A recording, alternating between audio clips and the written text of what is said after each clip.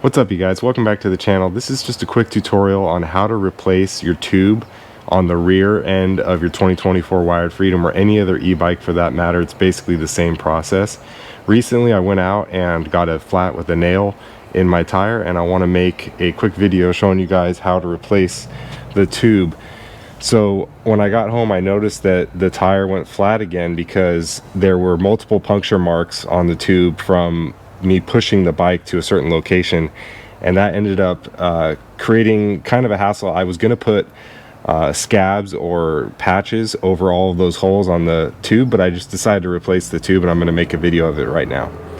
So the first thing you want to do, as usual, is flip the bike over and get it carefully upside down without damaging your shifter, or as you can see here, I've gotten a few scratches on my bell. I don't really care that much about this bell, so I'm not really too worried about it, but just be sure that you don't damage your pedal assist selector or your shifter here. So I'm going to get this flipped over and then we'll get started. Okay, and so before we get started, there's only going to be a few tools that you really need to get this done. One will be, and I recommend you keep all of these items or something similar to them in your backpack or whenever you take with you to ride.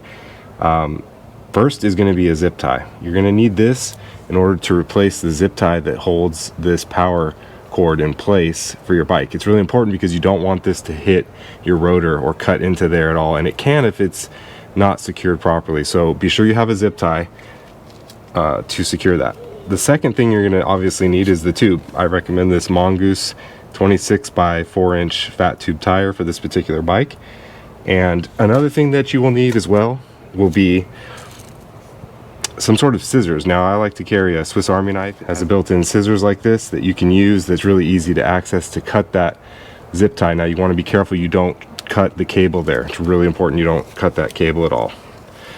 The next thing that you'll need is either a crescent wrench, or when I'm at home, I like to use gloves and a socket set. So this particular size is a 13/16 size, and this one in particular is made for spark plugs.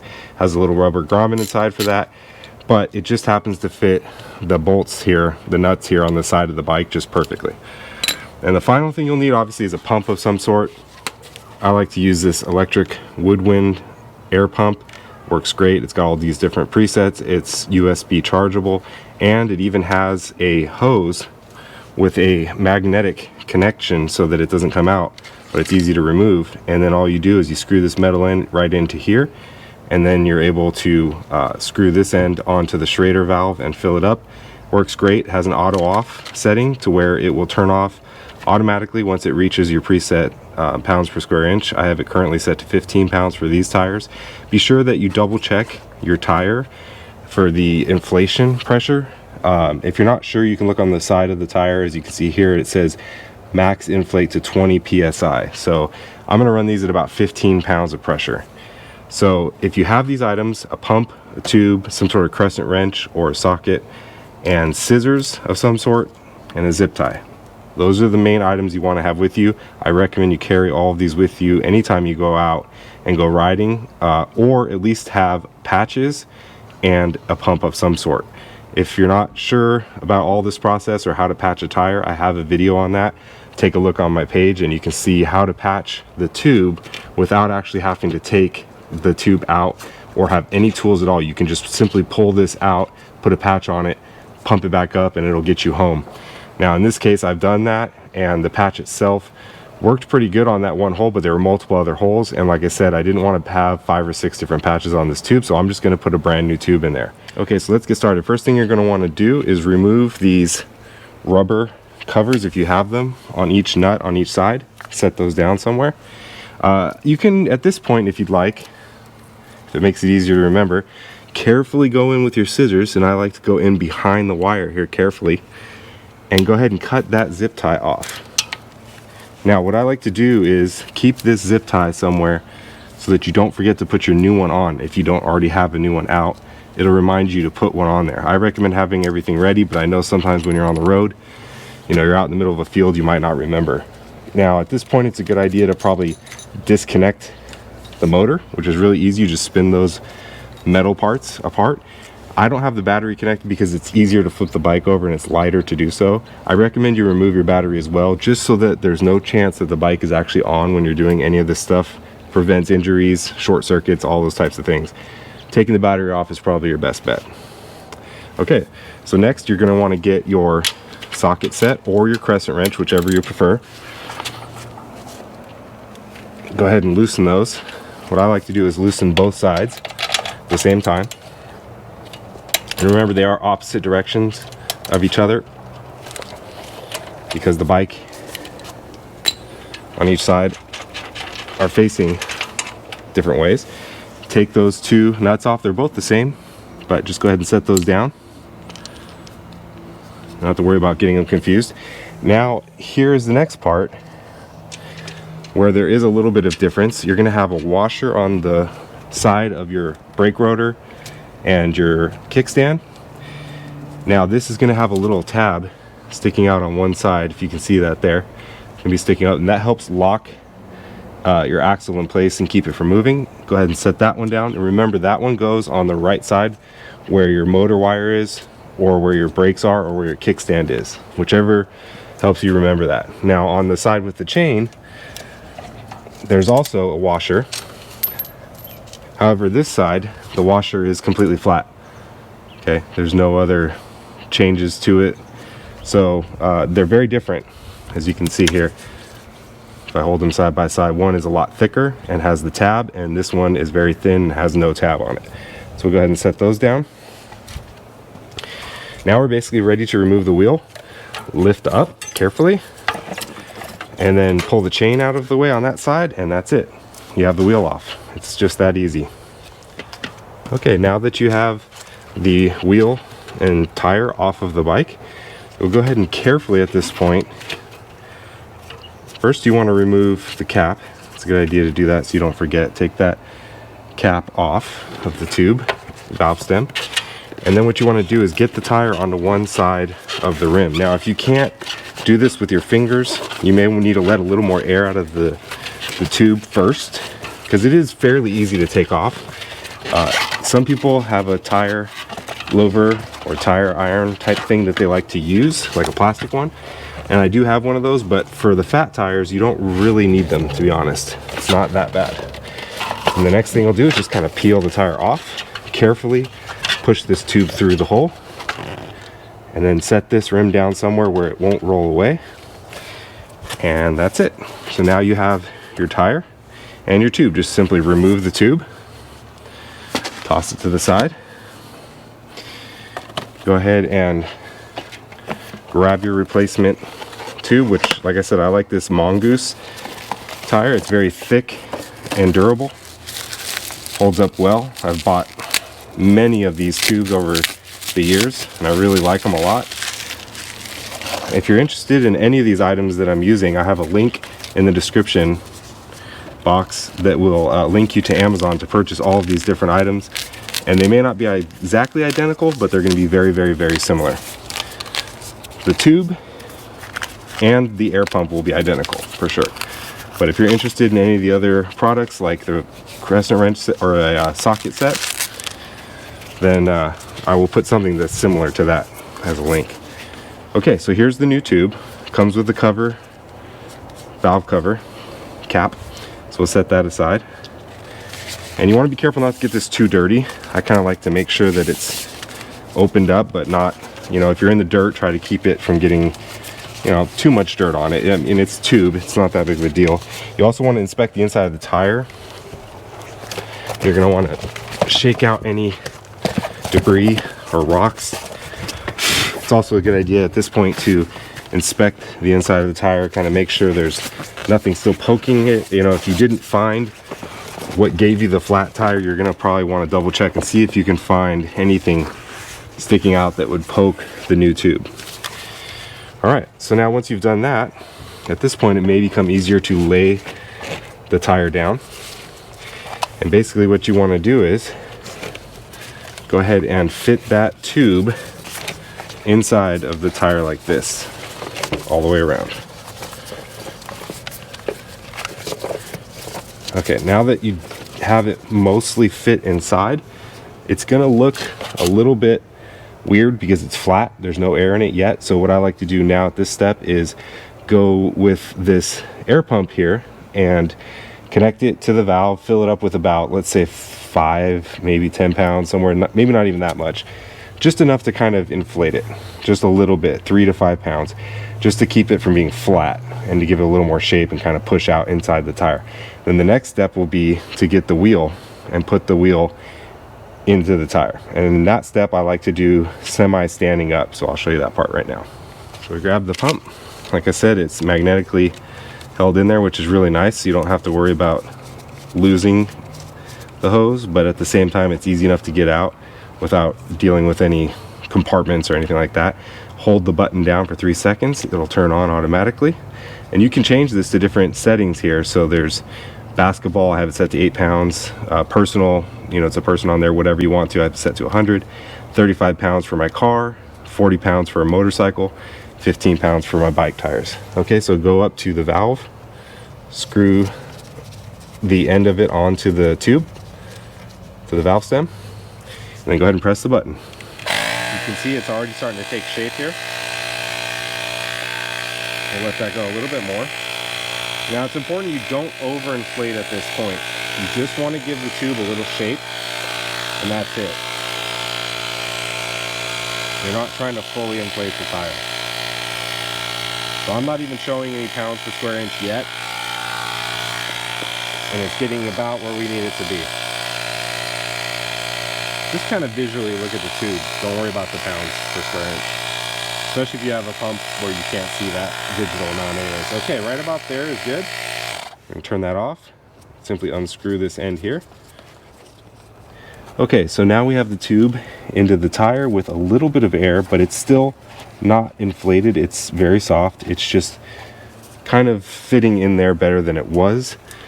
And we're gonna grab the wheel. We're actually gonna stand the tire up with the tube, and we're gonna put the wheel in carefully, and we wanna align the whole of the wheel to where the valve stem is coming out, obviously. So I'm actually going to turn the tire to match the wheel here, and then lift the wheel into the tire carefully. You want to be sure you don't pinch the tube in any way, but get that first half of the wheel through. And then, like I said, somewhat and carefully align that valve stem with the tube. And then if you get a chance, put your finger through there and pop that valve stem out like that. Okay, now you're pretty much almost done at this point, to be honest. What you're gonna do is you're gonna keep this side of the wheel with the bead is sitting on the inside part. And then what you're gonna do is you're gonna lift this side out, and without pinching that wheel, you're gonna slightly lift up on the wheel so it floats, and you're gonna get this side of the tube, or I'm sorry, this side of the tire, so that it's underneath that bead. Like I said, with the 4-inch fat tires like this, it's really easy to do. You can see there I'm using my fingers. It's really fairly easy to do. Okay, and then this last part here, that's it. Okay, so now we have that bead on both sides of the tire on the inside of the wheel. Now, one part that's going to become very important is you're going to need to make sure that you set the rim to the exact edge of the bead of the tire all the way around. But we're going to do that in a little bit. Next step is make sure that this valve stem is still sticking through and that it's lined up. Okay, now if you have to, kind of pull it out a little bit. Go ahead and set your tire back. Get your pump. You're going to carefully have to connect this. Now there's not a lot of pressure, so you may have to push from the backside in order to keep that valve stem from pushing in. Go ahead and screw that back on. That's why I like these screw-on ones. It's really great because they just stay right there. And then we're gonna go ahead, the pump turned off on its own. We're gonna turn the pump back on and turn the pump off. Okay, now as it's filling up, kind of lift the tire up a little bit and give it some room to evenly fill the tube. Okay, I'm actually going to turn it off right there at 2 pounds. And the reason why is because there's a few things that you want to double check before you go much further. One, you want to make sure that this valve stem is sticking up straight up and down. You don't want it to be at an angle like this or like this. That means that it's not in there evenly. And if it is uneven, rotate your tire. Rotate the tire separate from the wheel. Hold the wheel and kind of rotate the tire itself. Now we're looking pretty good here at this point. The other thing you want to check is to make sure that the bead of this, there's a little line that goes right along the bead here all the way around, and you want to make sure that that line is showing all the way through. So down here where the rim has been sitting, it's over it a little bit, which is not a problem. So what I like to do at this point is mount the tire and wheel on back onto the bike. And then once we do that, we can spin it to double check it and make sure that it's perfectly aligned, because if you don't, you'll have a little bit of wobble in your tire. And it's not the end of the world, but it's not perfectly correct. So let's go ahead and put this back onto the bike, which is just the opposite way that we did it earlier. So one of the first things you're going to want to do is lift the kickstand out of the way, lift your chain up a little bit, put the axle through onto the bottom part of the chain past the derailleur arm, and then you're going to want to line up your brake pad and the axles and everything just right.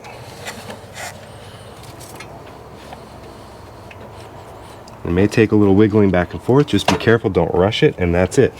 And it'll seat in there. One thing I wanted to mention is that there is on the chain side, there is one of these washers like this with a tab on the inside of the axle that's right next to your gears over here. So it's on this side, but on the inside of that fork, of this fork right here. This one goes on this side and it faces inward into that hole. So the one that's on the other side is on the inside of the fork and is facing outward. The tab is facing outward. This is the way that everything was put together directly from wired. So I put it all back this way every time. And then this washer that's flat goes back on the side where your chain is. Give it a spin to make sure that it's spinning freely and there's no problems. I'm gonna put my kickstand back down. Now the next thing I like to do at this point is to go ahead and connect your motor so that you don't forget that part.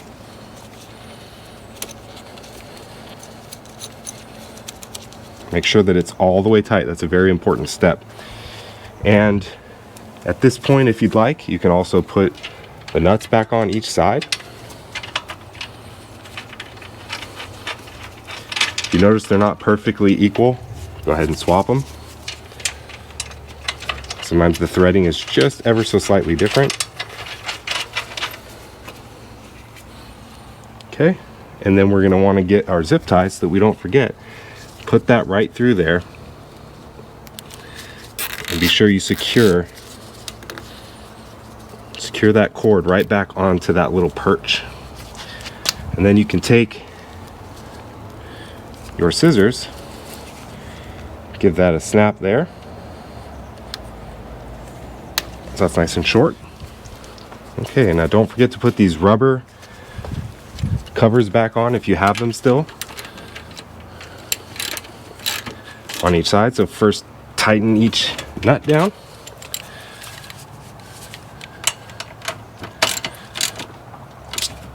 Tighten each side down. They don't have to be incredibly tight, they just have to be tight enough. Covers back on. All right, and then you're set. The last part to do is to put your cap back on, but before we do that, like I said, you want to rotate that tire and make sure that that line for the tire is even all the way around. And if it's not, don't be afraid to let a little bit of that air out so that you can adjust it and get it just right. Okay, and once you get that loose enough, be sure you line that up. Go ahead and rotate that around and just keep an eye on that line to make sure that it's perfectly symmetrical. You want the same distance all the way around. Okay, and if it's not, just give it some taps from the top. You may have to move it around just a little. Give it a few wiggles. just like that. Okay, now once you notice that you have the tire completely even, or about as even as you can, just by looking at that line along the wheel here, if you spin it and you kind of just look right at the rim, you can see if it's kind of wobbling in and out. And you don't have to get it absolutely perfect, but you want that to be about as even as it possibly can, to where the line doesn't suck up under the rim or go up. If you look at the tire, you'll see that little line. It's kind of like a guideline that goes all the way around the wheel. Now check both sides. Be sure you look at this side and this side to make sure it's evenly set on there. It may take a while, especially if the tire's been sitting flat. It's going to have one side that tends to want to kind of sit in a little further. But just be sure you inspect that with, you know, a little bit of air pressure in there, just enough to hold the tire out. Then come back, connect your air pump.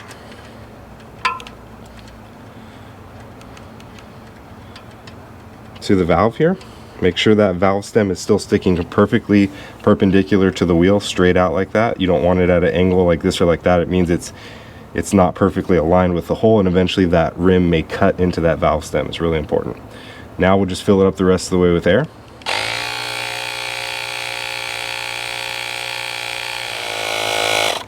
And that's it, and it'll flash done when you're all done. Go ahead and unhook that valve. That's it. Flip the bike over, make sure that it's holding air, and you're good.